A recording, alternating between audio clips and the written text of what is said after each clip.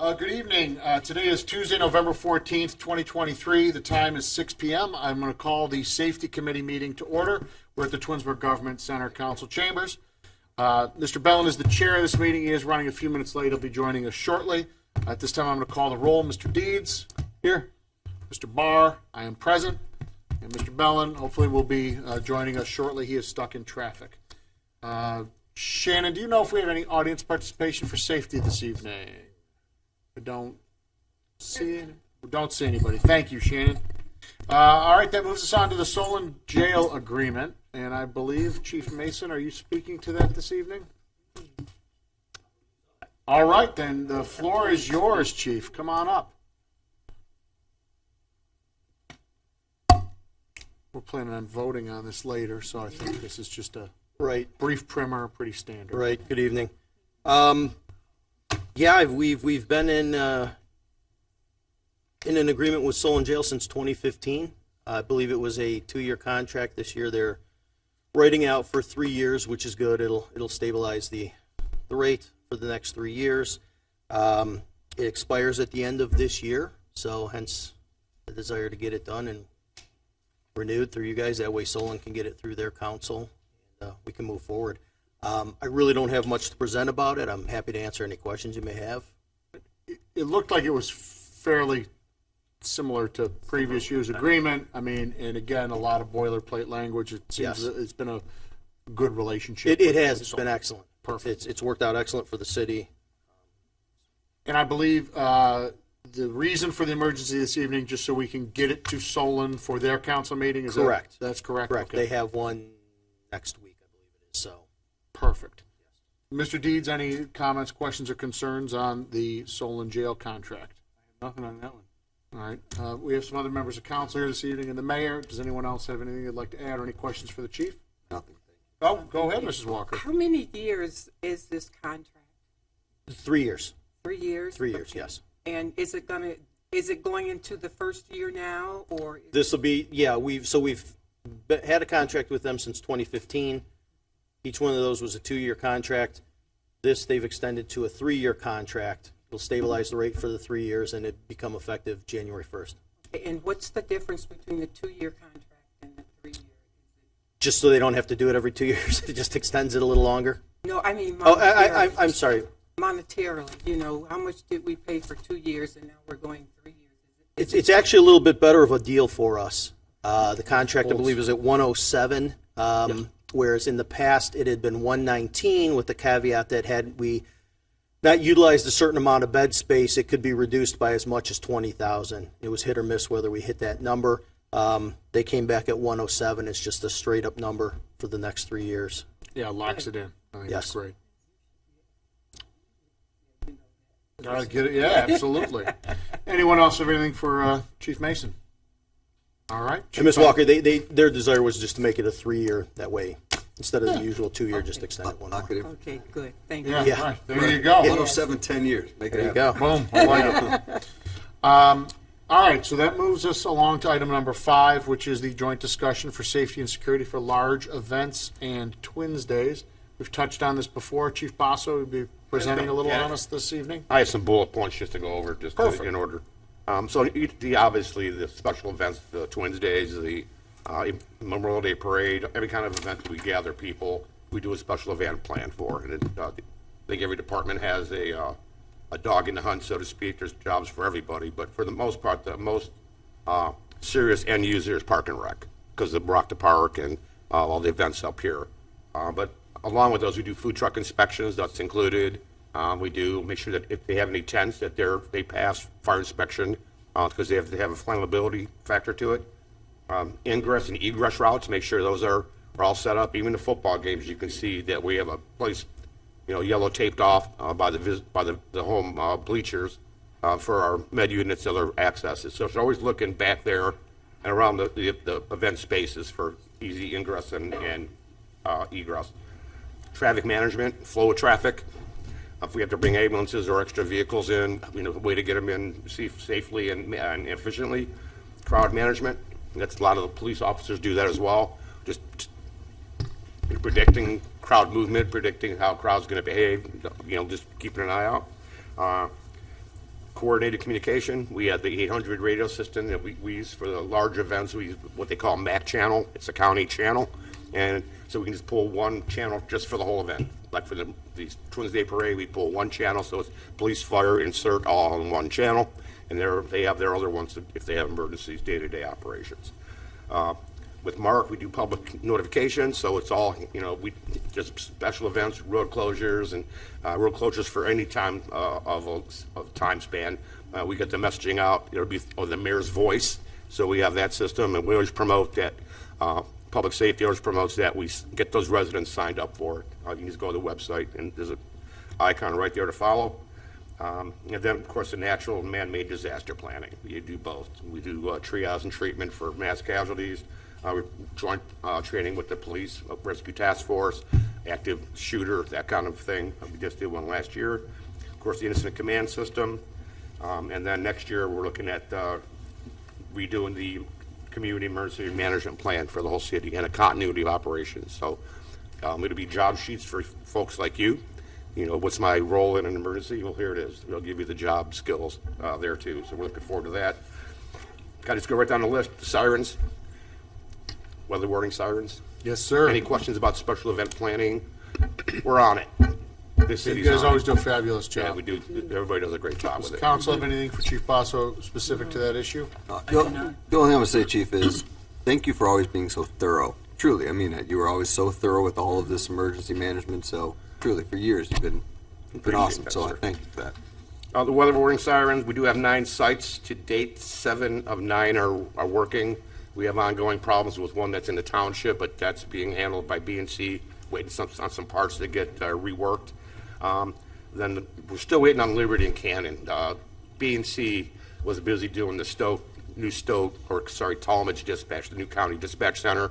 They did all that cut over, so obviously that took precedent. But you can still hear the sirens, even though there's one missing in the gap. So hopefully by the end of this year, we'll have all 9 up and running. We just got a new problem up at Case. Gary already diagnosed it, the city electrician, and it looks like batteries again. So remember, they run off batteries. It's archaic system. So ongoing with that. Any questions about the sirens? No, we're still considering the kind of the transition over to like the push notifications and the, Yes. Again, this is another PR moment for the notification, the alerts. Sign up for them on the website. Look for the icon. gotcha.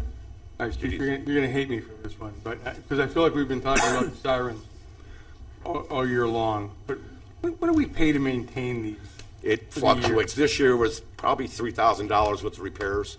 That's from an outside source. I have to get with a service to see what Gary's hours were and whatever price he used. And where I'm getting at, when, a couple months ago, when they had these fires in Maui, I just remember hearing, we're still hearing, people weren't warned in advance enough. And it keeps ringing in my head, and I'm thinking, well, maybe we shouldn't walk away. Everyone doesn't have a cell phone. They don't sleep. Right. A lot of times these things happen at night. The last tornado warning we had, I think it was 2 or 3 in the morning. My wife's waking me up. The sirens outside still didn't wake me up, but we don't sleep with Right. phones in our rooms. And a lot of these things sometimes happen at night. And I was just thinking, what truly is the cost to maintain them? And then on the flip side, what would be the cost if we just replaced one a year, or are they not available anymore? They're available, different technology. They're newer, obviously. Those are 20-something years old. We priced it out. It's almost $40,000 to replace everything. 40,000, you said? 40,000. For all of them or 400,000. per? 400. 400,000. For the whole system, plus For the whole- software. More software. Wait. Yeah, but we're not doing away with them. You say we're doing away with them? No. Oh, yeah, no, we're not. Well, I thought the plan was to do away with them That, and if you eventually would go ask me, just to cell phones. truthfully, if you would have asked me a year ago, but a lot of things have happened since. We know that we have a problem with the park area, Liberty Road. So that's you got to keep those 2 up there. People go over the ledges and they don't get cell coverage. Hikers, you want to have some kind of warning if they're down over those ledges, or at the baseball fields, and leave this one across the street. For the high school, for the parks here, right in the center of town, and then one up at the golf course, obviously, because it's the golf course, and it makes sense to keep it up there. Those 3 are the most primary ones, and we can talk more down the road Have to have the sound people come in too to see if we were to replace them. The city of Twinsburg's changed. We put up new buildings, and so the sound travels different than it did 20 years ago when we did the study.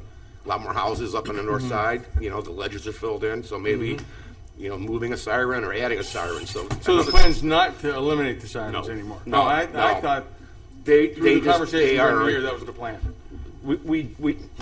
I did more research, and we do need to maintain them, but we have to maybe look at spacing them out better and maybe adding one, but I'm not a sound engineer. They have people that do that, so we're not ready to go down that road yet with a study yet, Okay, because nope. the system's still working. Fair enough. Sure. I just thought we were getting rid of them. Now that we're keeping them, I'm good. Yeah, professional opinion 2 years ago was yank them all out because they make my hair go gray. But the technology, again, we can't press the technology enough. And the change of culture, people don't want to sleep with their bedroom doors shut, and we've proven that saves lives.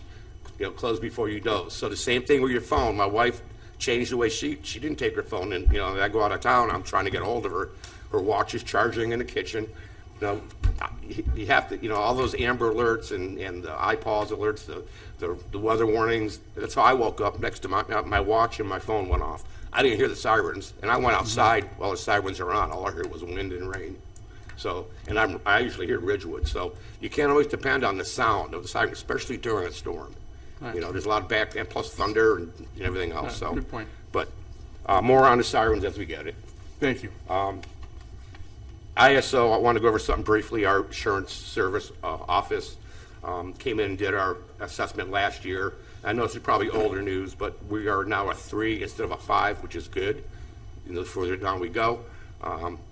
There's some areas where we have to do some more either training, how we deploy assets, staffing. Some of the stuff's out of our control now, but we're working towards increasing some positions so we can do better on our ISO audit.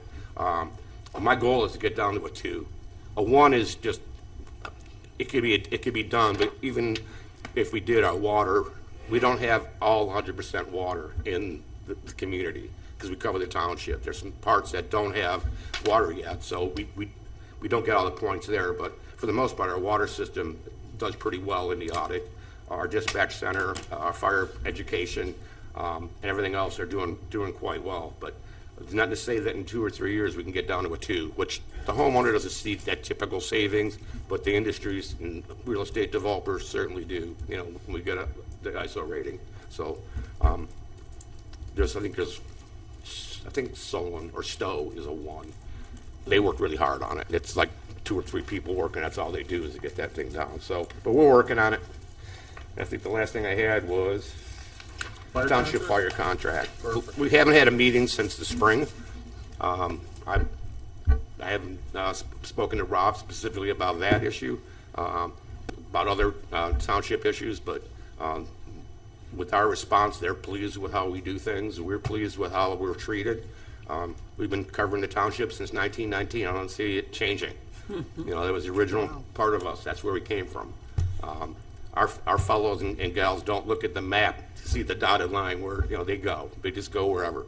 And tell you what, when you're coming into Twinsburg and you're not from here, they don't know the geography quite well sometimes. When you come off of Liberty Road and there's a little island, that's township. People don't realize that, and for our staff to realize that, and there's some problems that come up obviously on our software, but we're very happy with our relationship with the township, and we'll continue to see that grow.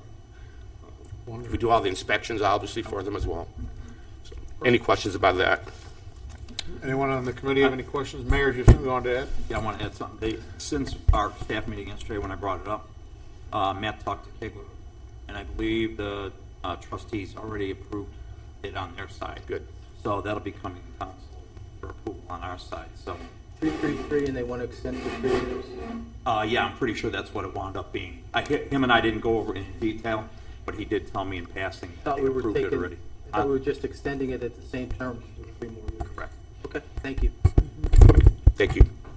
Any other questions for me? I can come to caucus for the fire department report, or do we have time now for 2 minutes?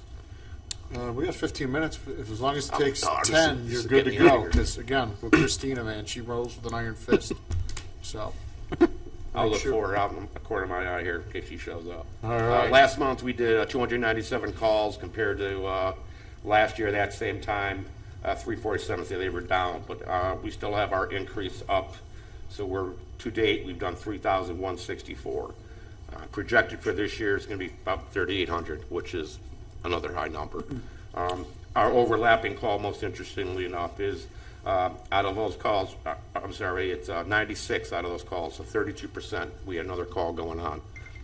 The house fire, we pulled 2 more EMS runs during that house fire. So my point was, if you had that, reverse it and have 2 EMS runs before the house fire, that house fire would look different.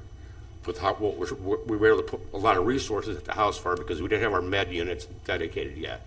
But we had to pull mutual aid units in for the EMS runs. But like I said, flip that around with time. And it took her a while to call us because she had a problem with her cell phone and going to the wrong area.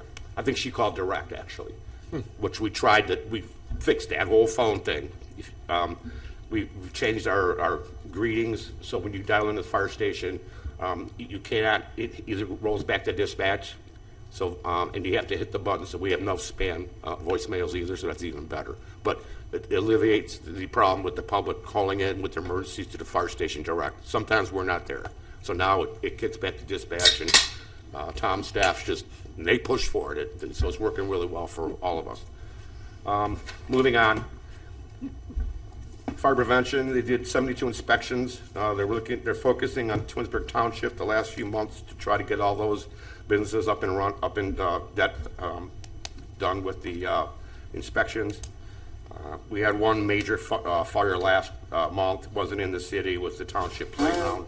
That continues to be under investigation. That was a total loss around almost $70,000. So these do have an impact, plus you have no playground up there right now. So, and we did a lot of training last month, obviously. Let's see, last month was our open house. A lot of people came to that, so we saw some of your faces there as well. So it's always, we always appreciate when you come support us. The fleet, those 2 med units will be here soon. You know, hopefully we get an early Christmas gift and have two new med units on our front apron. And Fred continues to keep our fleet up and running. Tower 1 should be back in a little bit. It's 2 weeks overdue, waiting for little pieces, parts to put it all back together. So we're looking forward to having that. Community CPR, we started, the numbers have really increased since, post-COVID.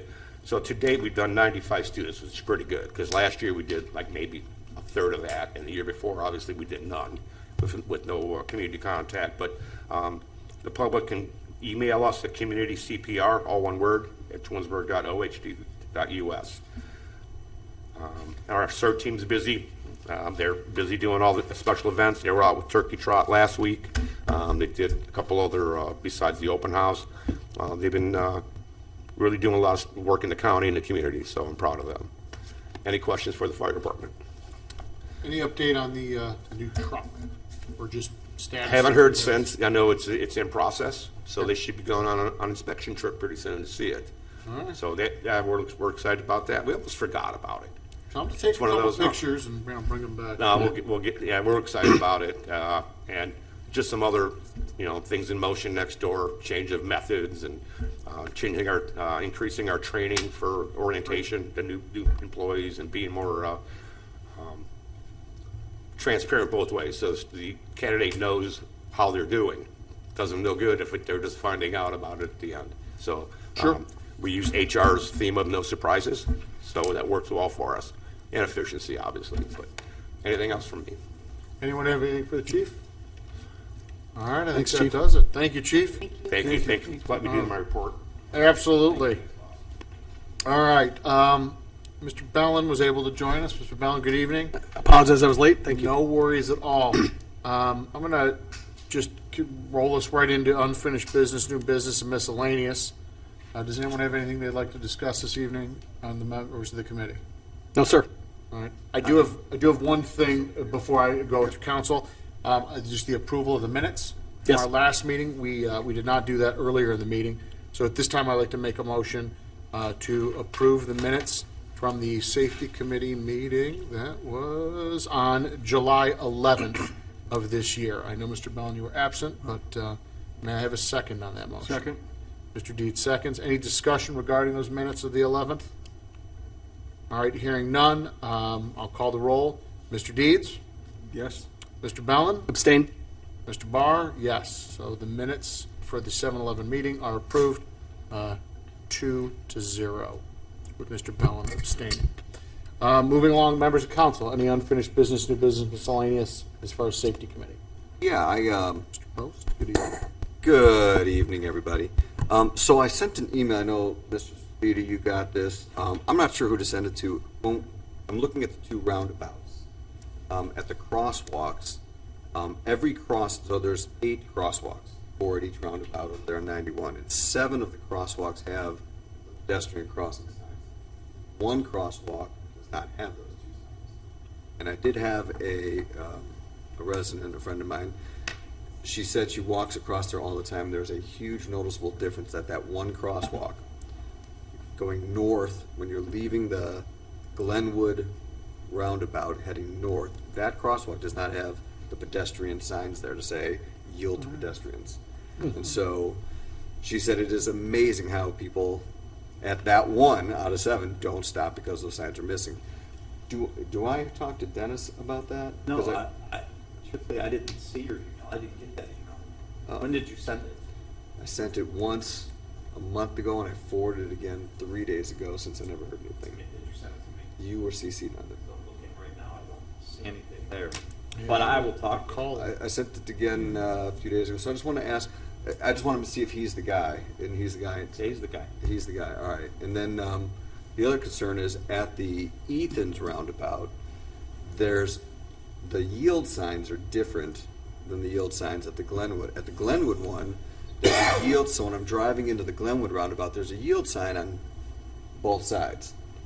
Going into the Ethans Drive roundabout, the yield signs are only on the right side. There's none in the medians. And so, like when I'm driving 91 north into the Ethans roundabout, you actually don't see any yield signs until you get way up there. And if anyone happens to be in the right lane, and actually the trees block it, you actually don't see any yield signs coming into that roundabout. So I think we should put yield signs on that roundabout to mimic the Glenwood one, to have yield on both sides. That's all. So in the interest of safety, it seems like a good place to bring it up. You'll see when you're over there. Do you know what I'm talking about? I do, and I will tell you that when we did the first roundabout, there were probably 40 different signs. And Which is things that we hilarious had. memes. And we had a dual lane roundabout, and it was just a disaster because there was too much to look at. Agree 100%. I don't know if a pedestrian crossing sign does anything for you, because I try not to hit pedestrians without the signs. Correct. But I'm not opposed to a sign. Well, I she's just would rather- 78 crosswalks have it. Okay, I'm just saying. Just not the one. She says there's a cars don't That stop at one's that for one. deer crossing only. Right. Just deer crossing I on saw that. a deer on that roundabout the other day. Did you? Yeah, about 4 or 6 points. How do the deer know where to cross? It's amazing. The really. signs are up. It's a path. Okay, I'm not- All right, no, not to trivialize it, I think that's an excellent point. Mayor, I'm sure we can discuss I'll this send further, you touch the base with email. Amy. and- Shoot that to me again. I'll I, forward it to Mr. you Post, again. I did not, I don't know if you CC'd council on that? I did not. Okay, I was just saying, because I don't have just- an email from I you in the sent it last to, week. yeah. I'll forward it to No you. worries. Who did you send it to? Dennis and Amy and CC'd you. Oh, I didn't get it. But send it again, please. Okay. Anything else on the signage or any other issues, Mr. Post? No, I just Nope, thank you for want the bringing that community up. to be safe. Absolutely, I think that's thank you for sharing. Absolutely. Any members of council, mayor, anything additional, unfinished new business miscellaneous? All right, we don't have any absent members to excuse. Again, Mr. Bellin was able to join us this evening.